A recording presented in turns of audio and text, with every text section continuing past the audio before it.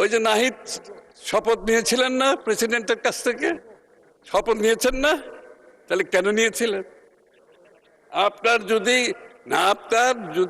শপথ নিয়ে মন্ত্রী হয়েছেন প্রেসিডেন্টের কাছে, কেন নিয়েছেন? না, আমি আপত্তি করছি না, আমি আপনাকে কৃতিত্ব দিচ্ছি।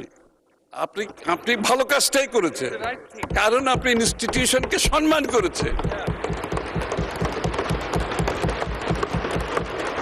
এখন আপনি মন্ত্রী নাই, আপনি বিরোধী দলে বসে আছেন, এখন আবার প্রেসিডেন্টকে আপনি ইনস্টিটিউশন হিসেবে তার সম্মানটা থেকে বঞ্চিত করছেন। আপনাদের বক্তব্যে সকলের মধ্যে এই কথাটি উঠে আসছে। আবার যেদিন শপথ গ্রহণ করা হয়েছে ইন্টেরিয়াম গভর্নমেন্টের, আমাদের বন্ধুরা সবাই তো সদল বলে সম্মুখ সারিতে উপস্থিত ছিলেন, সম্মুখ সারিতে। আমরা জায়গা পাই না, আমরা পিছনে বসছি।